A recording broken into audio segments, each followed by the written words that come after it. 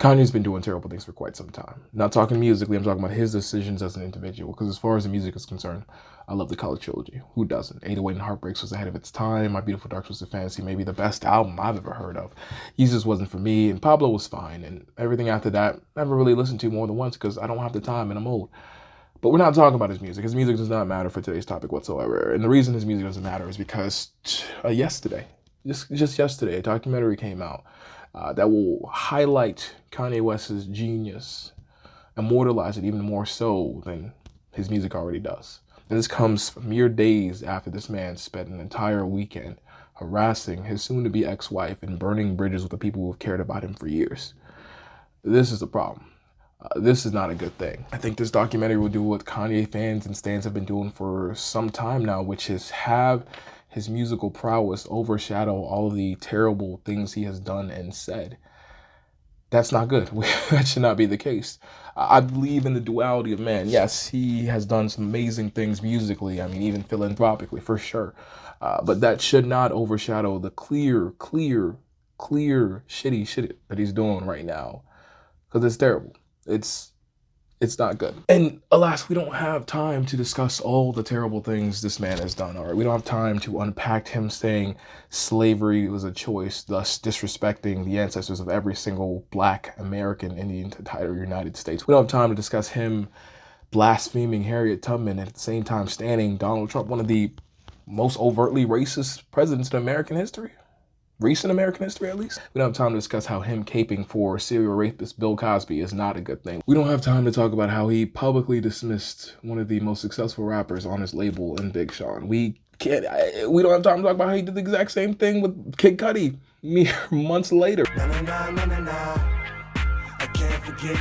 the reason we don't have time, the reason we can't even delve into all that is because we just spent a weekend seeing this man publicly harass his soon-to-be ex-wife and her boyfriend. And thankfully, the rest of the world is watching this and seeing this for the toxicity it is.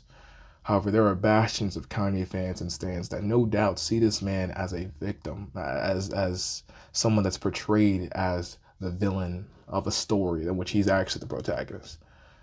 But nah, dude, you the villain. You doing villain shit. You get villain status. And look, I am not a Kim Kardashian fan in any sense of the word whatsoever. I do not care about this woman. She does not cross my mind. In fact, I feel like the Kardashian and Jenner clan do a whole host of things that warrant a lot of criticism, but no one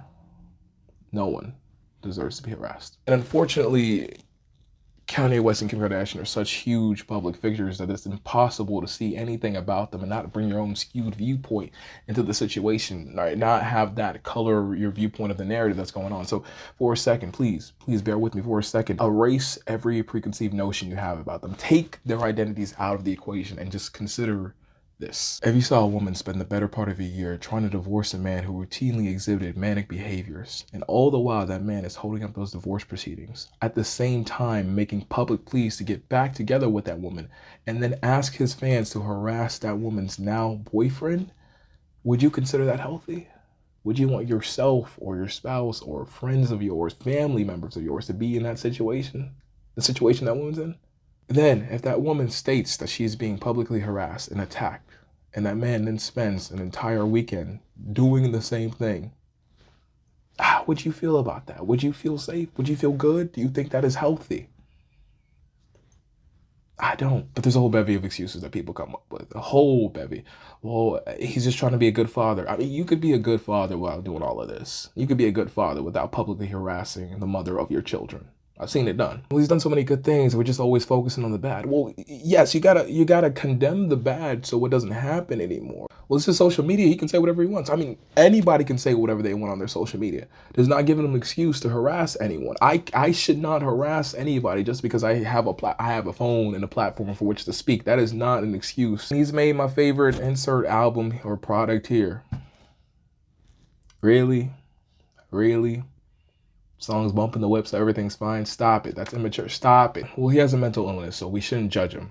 All right, this is an important argument. This is something that needs more than just my rambling. So I want to read something that I read that I think perfectly encapsulate every single facet of that argument.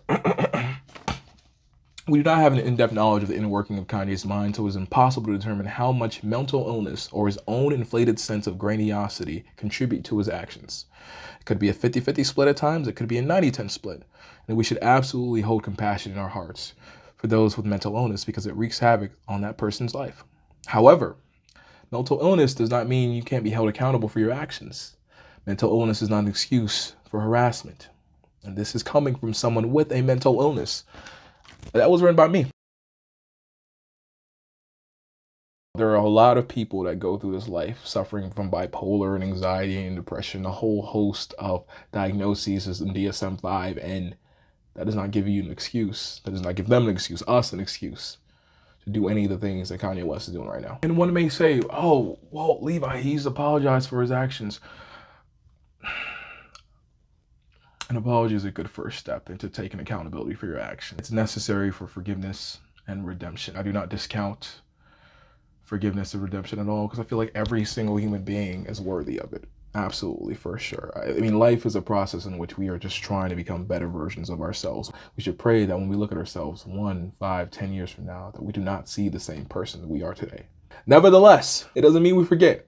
You don't forget the terrible things someone's done to you because it is so easy for us to fall back into old patterns and habits. It's so simple to go back to what you were doing prior to. And it's essential that you remember that just so you don't find yourself in a position where you are taking someone's harassment or their abuse or their judgment and hoping that they will change, because oftentimes they don't. So don't forget. Do not forget. Forgive, but don't forget. Kanye West is a phenomenal musician who has done so much for his community in a lot of ways. And he's also a very deeply problematic person. I pray that the last part changes. We'll see. We'll see.